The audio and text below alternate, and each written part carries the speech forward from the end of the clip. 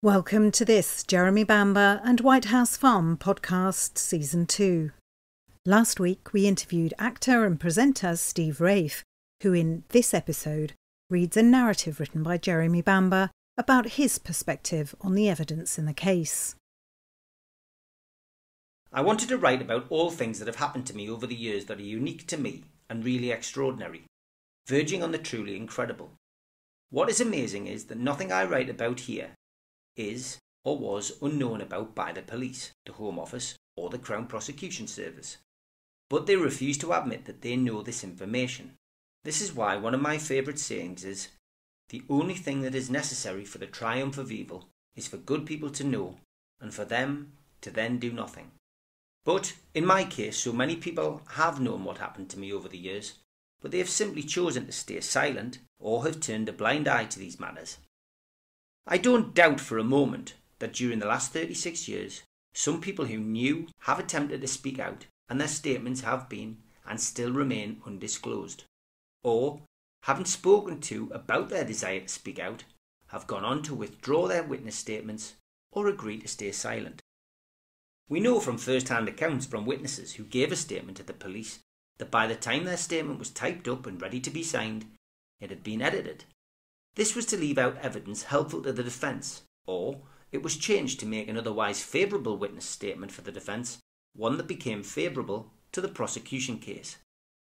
For instance, even when Colin Caffell pointed out to DCI Michael Ainsley that his statement had been typed up wrongly and that this changed the whole meaning of his evidence, he was prevented from having the typed version corrected.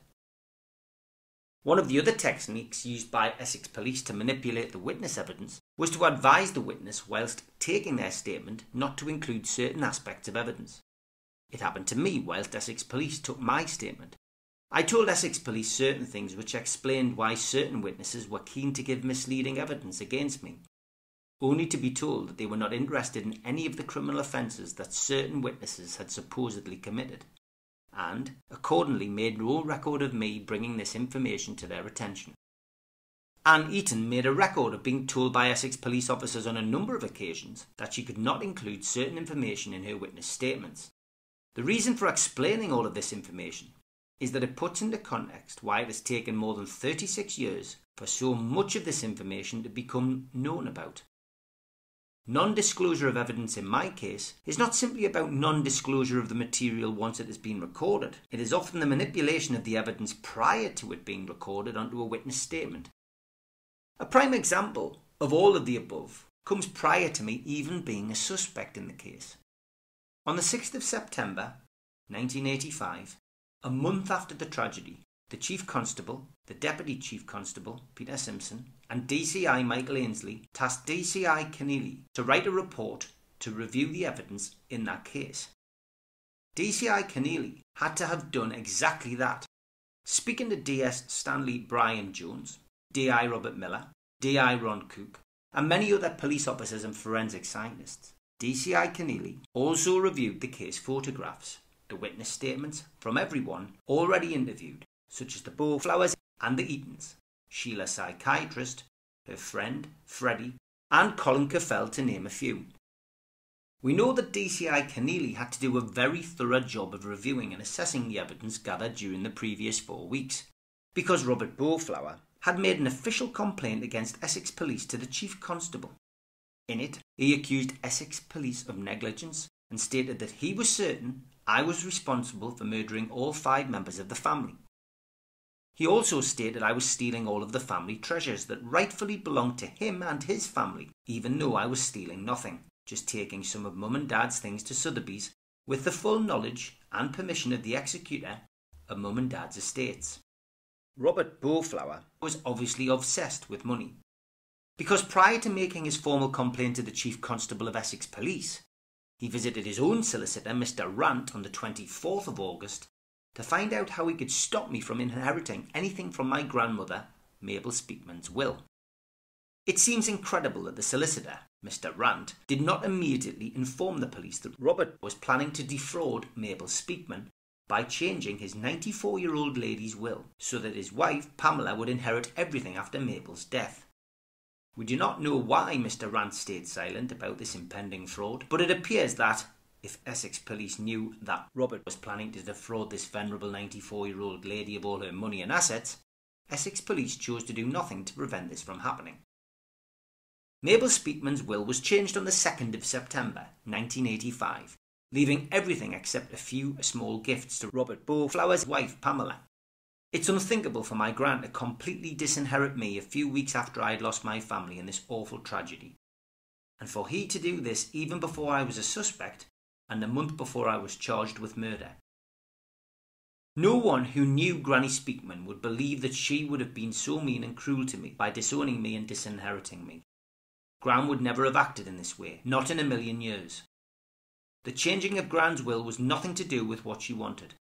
It was a despicable fraud carried out by Robert to steal money from a 94-year-old lady. DCI Keneally had to carry out this review very carefully, because there is no doubt that the Chief Constable was very worried that this investigation into the deaths of 5 people had been carried out really badly. There is no doubt included the Chief Constable knowing that Essex police were responsible for Sheila's second gunshot injury. Also, that he knew that more than 40 individuals had entered the farmhouse before a single photograph had been taken. Furthermore, the Chief Constable must have known that the deceased and much of the scene had been restaged before any scenes of crime work had been carried out or any photographs had been taken. The Chief Constable would also have known that photographs taken at the scene that morning by DC Bird, who was the crime scene photographer, depicted police officers acting wholly inappropriately. Some taken the days after the tragedy show police officers behaving obscenely at the scene. Accordingly, the Chief Constable must have wanted DCI Keneally to be certain of his conclusions to ensure that Robert didn't take his complaints to the Police Complaints Authority for further investigation. On the 6th of September 1985, DCI Keneally presented his report to the Chief Constable, the Deputy Chief Constable Peter Simpson and DCI Michael Ainsley. The conclusion of DCI Keneally's report stated, "The evidence indicates that Sheila was responsible." This conclusion was relayed to Robert by DCI Keneally. Robert must have gone into a real panic, knowing that it would only be a matter of time before I discovered that he had conned my grandmother into changing her will. We know that when Gran was told that Mum, Dad, Sheila and the boys had all died in this awful tragedy, no one told her that I was still alive. This might explain why Gran failed to mention me in her new will. However, the fraud issue was not explained away so easily, as Robert sought advice about having Mabel Speakman's will changed on the 24th of August 1985.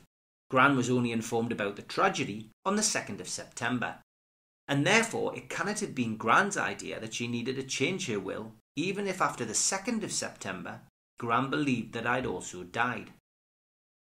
This would explain why Robert flatly refused to allow me access into Vulty Manor farmhouse so that I could visit my Gran. He kept on telling me that she was far too ill to see anyone, including me. In the witness statements that Robert wrote after my arrest, he made out that I said I didn't want to see my grandmother. We know that Robert also prevented Colin Caffell from visiting my Gran, Mabel Speakman.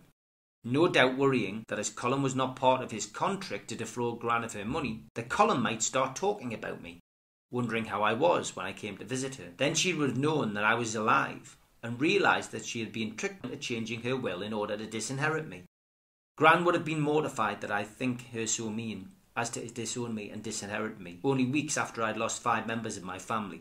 From this point on, it becomes clear why Essex police and my relatives went to such extraordinary lengths to invent or manipulate the case evidence in an attempt to implicate me in the murders of my family.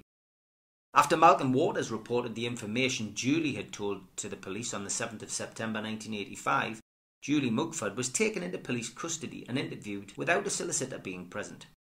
Julie began to be interviewed by DS Stan Jones from around 8 p.m. until after 10 p.m, and then her interviews were continued by DSI Ainsley, DCI Taft Jones and others. It is not known if Julie was interviewed under caution, but we do know that she did not have a solicitor present to advise her of her rights. Julie's interviews continued long into the night, finishing after 2 a.m. on the 8th of September. This may or may not surprise people, but according to Essex Police, no record of any kind was made during these 6 hours of her interviews. No contemporaneous notes were taken, no questions and answers in the form of written statements, no audio recordings, and not even shorthand notes had been written up in police officers' notebooks detailing what Julie had said to them during these hours of interview. Incredibly, Neither Julie nor any police officer present has ever said verbally or in statement form exactly what Julie spoke about in these 6 hours, except that she told them that I had paid Matthew MacDonald £2,000 to murder my family. Julie's hitman story. But can this really be believed, that a witness or an accomplice came into Witham police station, confessed that she had known her boyfriend was planning to pay a hitman to kill his family, and that she had known about this for a year, and that no record of any sort was made of what she said during more than 6 hours of interviews? What would have happened if the CPS declined to charge Julie Mugford with 5 counts of murder? Would her confession have been written up and backdated? Or did they make very extensive witness testimony in the form of questions and answer statements during the 6+ hours of interviews, and these were kept hidden from the defence and not disclosed? Was this done in a secret deal with Julie Mugford to be a prosecution witness against me and Matthew MacDonald? It is now known from internal City of London police papers that were disclosed to me in 2011 that Julie was given a deal in exchange for being a prosecution witness in this case. The exact nature of this deal has not been disclosed.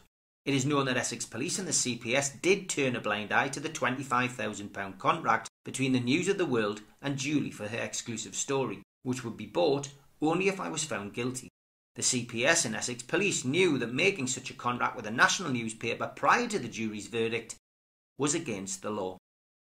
In 2002, the CPS, Essex Police and Julie Mugford avoided being criticised and censured by the appeal court judges by stating that although the contract was entered into verbally 7 or 8 months prior to the trial, the actual contract wasn't signed until the jury's verdict had been given. This was nothing more than a technical sleight of hand, because DS Stan Jones from Essex Police was waiting in the hotel room with Julie and journalists from the News of the World as the verdict from the jury was announced. Somehow the appeal court judges in 2002 ruled that this action by Julie and the News of the World wasn't against the law, although the jury should probably have been informed that Julie had entered into a contract for £25,000 if the jury found me guilty of murder. But the jury had no idea that Julie was going to sell her story to the media, because she had told the trial judge that she had no intention of selling her story to the media, which of course we now know to be untrue. In another prejudicial twist to the issue, in 2002, the appeal court judges further undermined the defence complaint regarding Julie selling her story to the News of the World, when the judges stated that the defendant, me, was going to sell my story to the News of the World. Had the jury returned a not guilty verdict, so it was therefore difficult to see what the defence were complaining about. Except that my evidence was not influenced by the necessity for the jury to find me guilty for the contract to go ahead, so there was no motive to lie in order to earn £25,000 as there was in Julie's case. Returning to the 8th of September 1985, at approximately 7 a.m, DCI Taff Jones, DS Stan Jones and numerous other police officers from Essex Police arrived at Sheila's flat in Moorshead Road, Maida Vale. Having knocked on the door and being let in, they arrested me and Brett Collins on suspicion of murder. Neither Brett nor I were handcuffed, with both of us being driven to Chelmsford Police Station for questioning, travelling there in separate cars. On arrival, Brett was placed in the male cells, and oddly I was put into the female cells. Perhaps this was done so that Brett and I could not talk to each other. No doubt this would have been the reason given by Essex Police if they were asked why I was placed in one of the female cells. As I was walking to my cell, I walked past a sign on the cell door almost opposite from the cell I was going to be placed in. The sign said in large black capital letters, Julie Mugford. Was I placed on this cell in the female wing in the hope that I would shout out to Julie and incriminate myself in some way? Or was I shown that Julie Mugford was in police custody so that I could see my suspected accomplice had also been arrested for murder? I had no idea if Julie was actually in the cell. It may have just been a ruse by Essex Police to pretend that she was inside a female cell. Essex Police have always pretended that Julie approached them as a witness and that she spent 7th to the 10th of September 1985 living in the police college facilities with her friend Elizabeth Rimington. This was untrue, at least in part because on the 8th of September, as I emerged from interview, Julie emerged from her cell escorted by DS Stan Jones. I watched Julie enter the lift and then disappear from sight. It is not known if Julie was placed back in the cell on the 8th of September, but by the 9th of September the sign on the cell door had been removed, and the following day I was taken to the male part of the custody suite. Brett Collins had been released without charge at this time. On arrival at Chelmsford Police Station, police made me feel that being there was an informal thing. The interviews were not official and were just a general chat to clear up some of the concerns raised by the Bowflowers, Eatons and Essex Police themselves. My interviews were not written down as witness statements. They were not recorded onto audio or videotape, but simply Essex Police told me that they would write up what they had chatted about after the discussion had ended. I was not offered a solicitor. I did not ask for one to be present. If I'd asked for a solicitor to advise me during these informal interviews on the 8th and 9th of September, I would have been refused.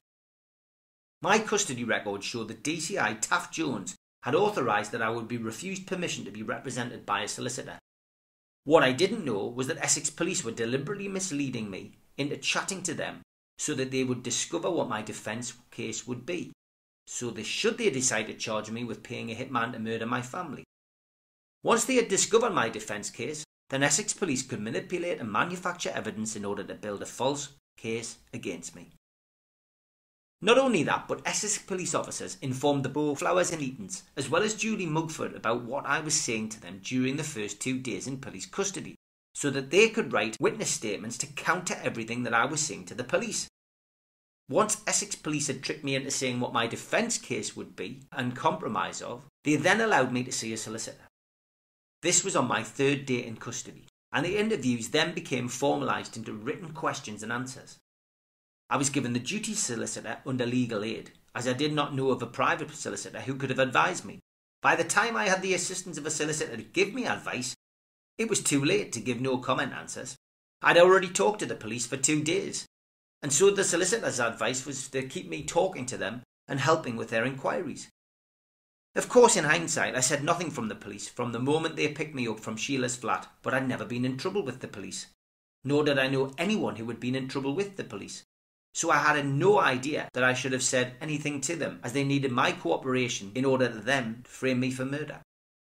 If you want to lend your support to Jeremy Bamber, you can write to him in the UK using the number A5352AC, HM Wakefield, 5 Love Lane, Wakefield, WF2 9AG, or see our website for details at www.jeremy-bamber.co.uk.